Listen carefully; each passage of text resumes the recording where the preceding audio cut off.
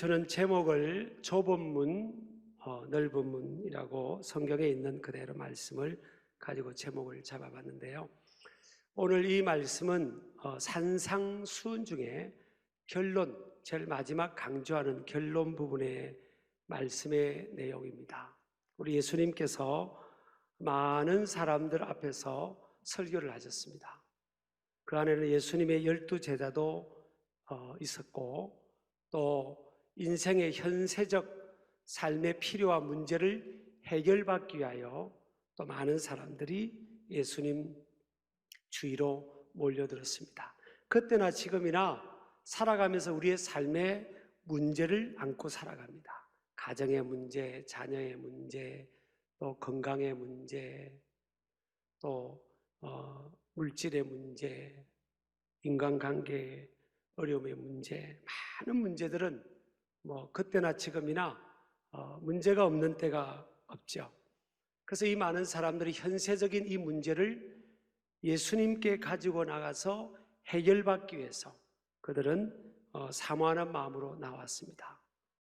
그래서 오늘 이 말씀도, 오늘 읽은 말씀도 마찬가지입니다. 이 예수님 주위로 다가오던 군중들의 리더는 이 말씀, 이것에 대한 말씀을 들으려고 하는 그런 자세가 아니었어요. 그들의 리더는 고침을 받는 것, 또 먹는 문제가 해결되는 것, 가정의 문제가 해결되는 것, 자녀의 문제가 해결되는 것, 많은 이런 문제를 가지고 주님께 나왔는데 우리 주님께서 갑자기 말씀의 주제를 바꿉니다. 좁은 문으로 들어가라. 우리가 어떻게 보면 굉장히 영적인 말씀이죠. 내가 너에게 이런 말은 영이요 생명이다. 영적인 말씀이잖아요.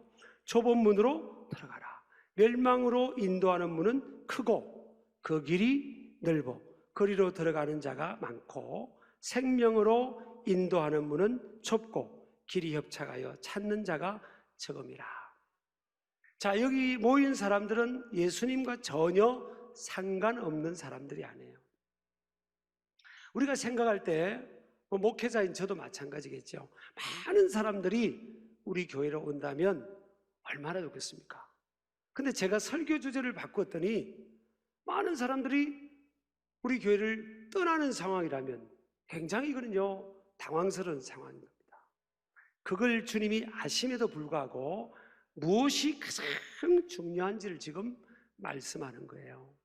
이 땅에서 아무리 호의호식하고 필요가 충분하게 채워진다 할지라도 결국은 인생의 궁극적인 종착점은 영생의 나라와 멸망 지옥의 나라, 두 갈래 길이 있다는 거예요.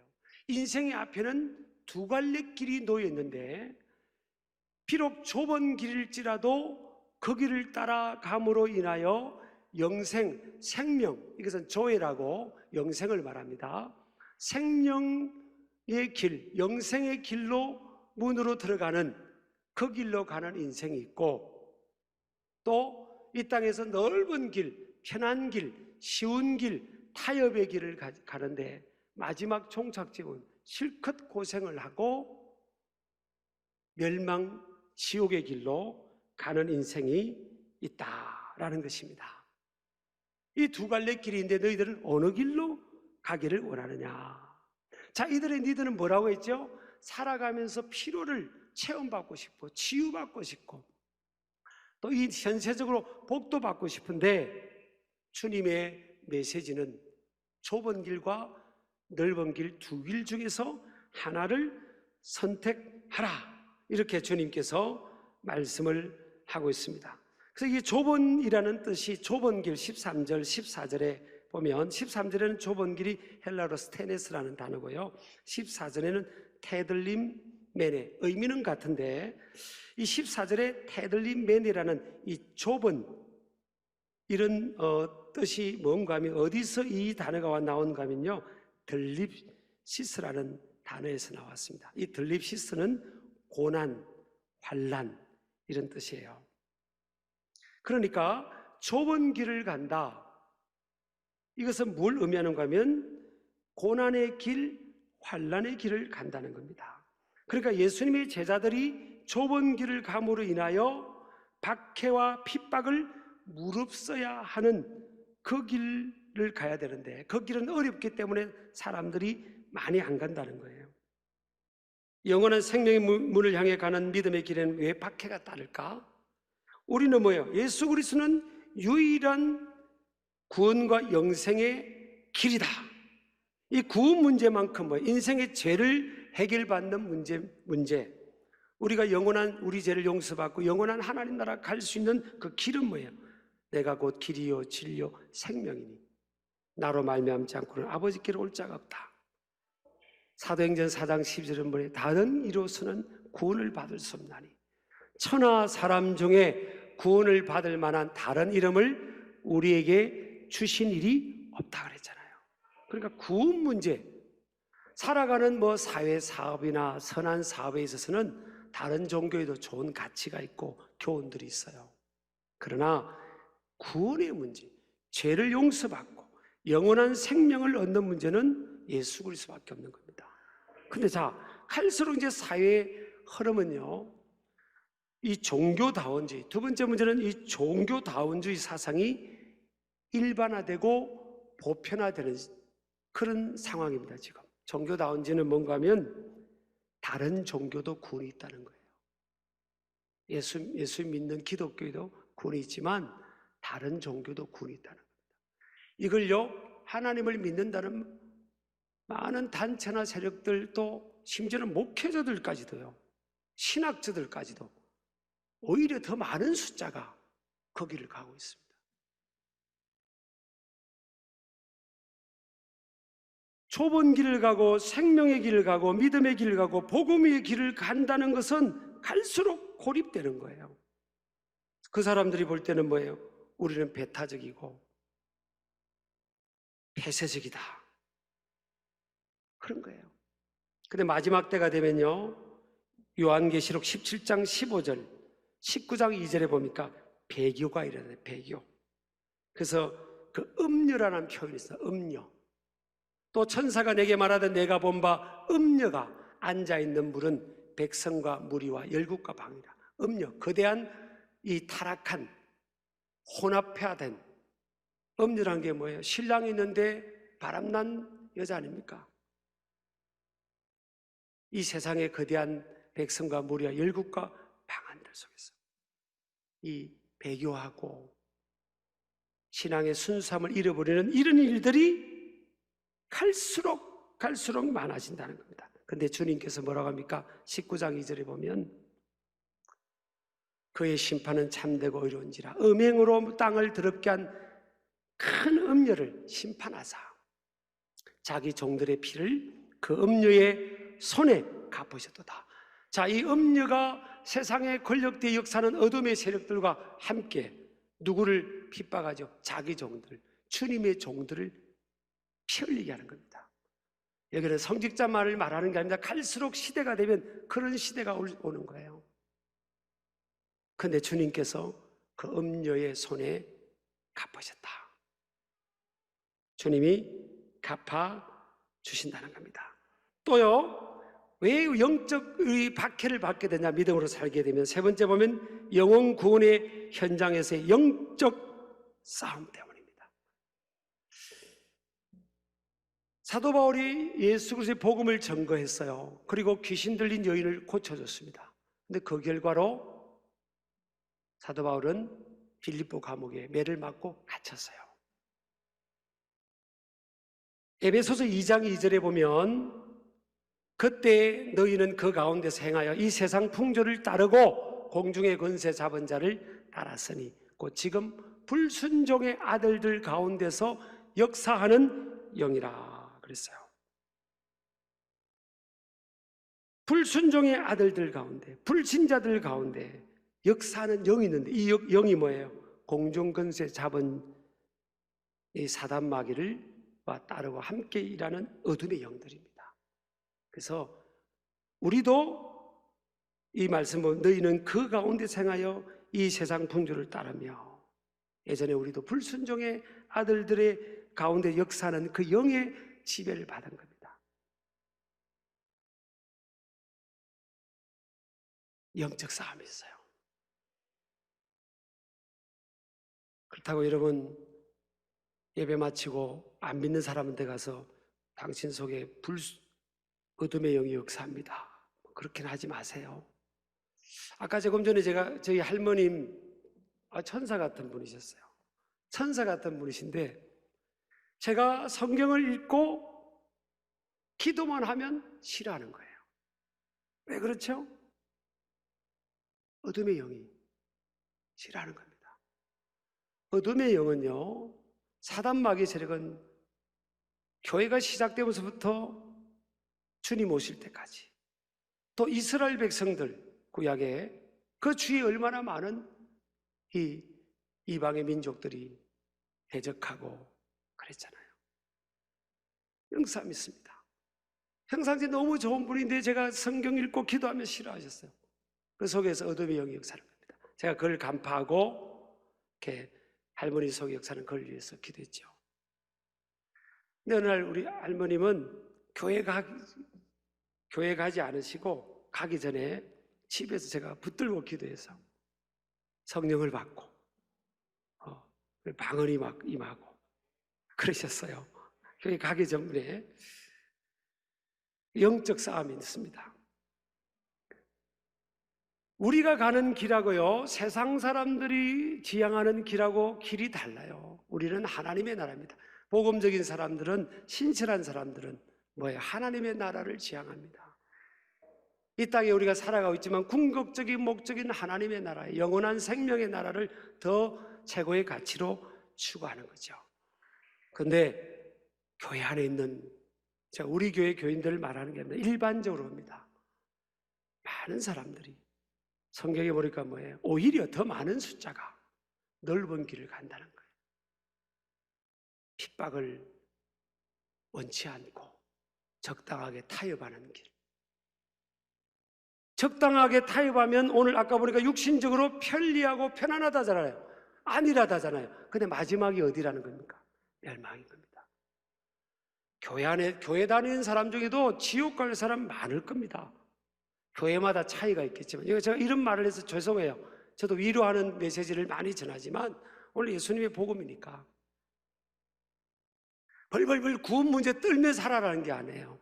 날마다 우리가 좁은 길, 그 길은 어떤 길이죠? 어디 가는 겁니까? 영원한 생명에 이르는 그 길을 따라가야지.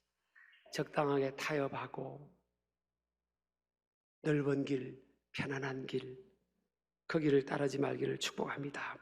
그래서 여러분은 계속 싸웁니다. 보면 야곱과 에서 쌍둥이인데 에서는 육적인 것을 지향했어요. 야곱은 영적인 것을 지향했습니다. 계속 싸우죠. 핍박이 있죠. 에서가 야곱을 핍박하죠. 가인과 아벨, 가인은 육적입니다. 아벨은 영적인 사람이었어요. 근데 형이 동생을 핍박합니다. 결국은 시기 질투로 죽입니다. 이삭은 약속의 자녀입니다. 이스마엘은 믿음의 약속의 자녀가 아니에요. 그래서 이스마엘이 이삭을 핍박하고 괴롭히죠. 그것이 오늘날 아랍과 이스라엘 민족의 또 지금까지 현재 정치적인 갈등의 또 요인이 되기도 하죠. 그래서 우리가 살아가면서 믿음의 여정 중에 믿음의 사람들이 박해를, 환난을 만나는 겁니다. 경건하게 살고자 하는 사람은 아까 제 생활 속에서 제가 살아왔던 것도 나눴지만 어쨌든 박해를 만나고 환난을 만날 수가 있어요. 저는 제 개인적으로 우리 가문에서요, 제가 예수님 다음에 왕입니다. 왕이란 편이 제가 오해하지 마시고요. 저는 추석 때도 안 내려가도 됩니다. 가도 되고 안 가도 됩니다. 그만큼 제가 존중받고 있습니다. 그만큼 제가 막 어떻게든 스케줄에서 잠깐 스치듯이 고향 가면요, 다 모이세요. 그 한두 시간 있다가 저는 오더라도 어릴 때는 뭐예요? 이해를 어떤 데는 받지 못한 적은 있지만 지금은 얼마나 이렇게 존중해주고 자랑스러운지 모릅니다. 제 이야기에서 죄송합니다만은, 자, 여러분, 과정 속의 어려움들요 이겨내야 됩니다. 그래서 박해 상황을 첫 번째 보세요. 기뻐하고 절구하는 겁니다. 마태복음 5장 10절에서 12절 보면 뭐예요? 의를 위하여 박해를 받은 자는 복이 있나니 천국이 그들의 것이라. 12절 보세요. 12절 기뻐하고 절구하라. 하늘에서 너희의 상이 큽니다. 예수님 때문에, 신앙 때문에 박해를 받으면요 상급이 쌓이는 겁니다. 상급이 자꾸 커지는 거예요. 박해가 없고 믿음 생활 적당히 타협하면요 상급이 없어요. 상급이 없어요. 박해 상황이 복이 됨을 확신해야 됩니다. 박해 상황을 통해 개인과 공동체의 믿음의 정화가 일어납니다. 예전에 보리밭이나 논에 가면요 겨울에 보리를 밟아주래요. 우리 할아버님이 야야 기영아 보리 세게 밟아라. 그래서 저는 걱정해서 아니 보리를 밟으면 죽죠. 보리가 싹이 난 걸 밟아주래요. 막 밟으래요. 더 세게 밟으래요.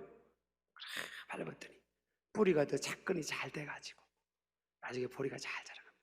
여러분, 교회는 교회대로 시대마다 박해받을 수 있어요. 또 성도들이 박해받을 수 있어요. 그런데 그것은요 개인과 공동체의 신앙의 정화가 일어나고요 강건해지는 그런 그 과정이에요. 저는 이 상황도 한국교회가 한번 정화되고 또 이제 우리 자신을 돌아보고 점검하면서 개인이든 공동체든 한번 잘 추스려가지고 하나님 앞에 설 때 정말 칭찬받는 교회가 될 수 있도록 그렇게 우리가 한번 걸러지고 준비되는 과정이라고 믿습니다. 그래서 여러분, 사즉생, 생즉사, 죽고자 하면 살고요 살고자 하면 죽는 거예요. 우리 아멘 하시기 바랍니다. 부흥의 역사가 어떻게 일어나는지 아십니까? 부흥, 박해를 통해 일어납니다. 누군가가 예수님 때문에 죽고 피를 흘리고 희생할 때 일어납니다. 그래서 요한복음 12장 24절 보면 한 알의 밀이 땅에 떨어져 죽으면 많은 열매를 맺는다. 저기 신안에 문중경 그 전도사님 순교자 기념관에 가면 딱 입구에 이 구절이 적혀 있어요. 요한복음 12장 24절 한 알의 밀이 땅에 떨어져 죽지 않으면 그대로 있고 죽으면 많은 열매를 맺는다. 죽으면 없어지는데 어떻게 열매지? 이게 주님의 일하시는 방법입니다. 부흥의 방법이에요. 그래서 교회는요 교회나 성도들은 박해를 통해 더 강하고 견고하게 되고요 또 이걸 감당함으로 이겨나갈 수 있다는 것을 믿으시기 바랍니다. 신길 가족들 여러분, 우리가 어렵고 힘든 시간을 살아갑니다. 경건하게 살고자 하는 사람에게는 모든 사람이 누구에게나 반드시 박해가 있다, 이걸 알아야 된다고 했죠. 그런 믿음을 갖기를 주의 이름으로 축복합니다. 마지막입니다. 한번 읽겠습니다. 네 번째, 주님께서 어떤 박해 중에도 함께 하시고 건져주심을 믿는 믿음의 확신을 가짐으로 기도로 돌파해야 됩니다. 여러분, 마태복음 28장 18절 이하에 보면 너희는 가서 모든 족속으로 제자를 삼아 아버지와 아들과 성령의 이름으로 세례를 주고 베풀고, 그 다음에 보세요. 내가 너에게 분부한 모든 것을 가르쳐 지키게 하라. 볼지어다 내가 세상 끝날까지 너희와 항상 함께 있으리라. 자, 세상 끝날까지 누구와 복음을 전하고 이 영혼을 위해서 헌신하는 자와 함께 한다 했죠. 근데 여러분, 선교사님들이 복음 들고 아프리카를 가고 아마존 정글을 가고 좁은 나라를 가고 더운 나라를 가고 추운 나라를 가고, 우리나라만 해도 많은 선교사님들이 이곳에 와서 피를 뿌렸습니다. 그래서 가끔 양화진을 갑니다. 우리 교회에서 가까운. 그러면 신앙의 야성이 살아나는 것 같아요. 근데 피를 뿌렸는데 오히려 부흥이 이 땅에 났지 않습니까? 하나님이 함께하면 우리가 그렇게 생각할 수 있어요. 일반적으로 주님이 함께하면 내가 복음 전하는데 주님이 나를 지켜주셔야 되고 어려움도 안 만나게 해주셔야 되는 게 맞는 게 아니냐는 거예요. 근데 주님은 그렇게 생각하지 않아요. 주님이 함께함으로 감당할 만한 사람은 순교도 겪게 하시고 고난도 겪게 하시고 환난도 겪게 하시는데, 그 한 사람 때문에 가정이 살고 교회가 살고 나라 민족이 살고 그 선교지가 살아나는 그런 역사가 일어난다는 겁니다. 그래서 주님께서 함께 하시는데 복음 들고 살아가는 인생들에게 고난을 주시고 박해를 주시는 겁니다.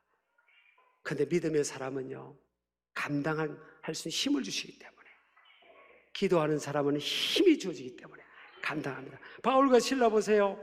감옥에 들어가서 매를 많이 맞았습니다. 그런 힘이 있었어요. 로마 시민권자인데 그 힘을 안 썼습니다. 복음 전하는, 영혼 구원하는 것을 위해서는 자기 힘을 안 썼습니다. 사도 바울이 많이 맞았습니다. 몸은 만신창이 됐어요.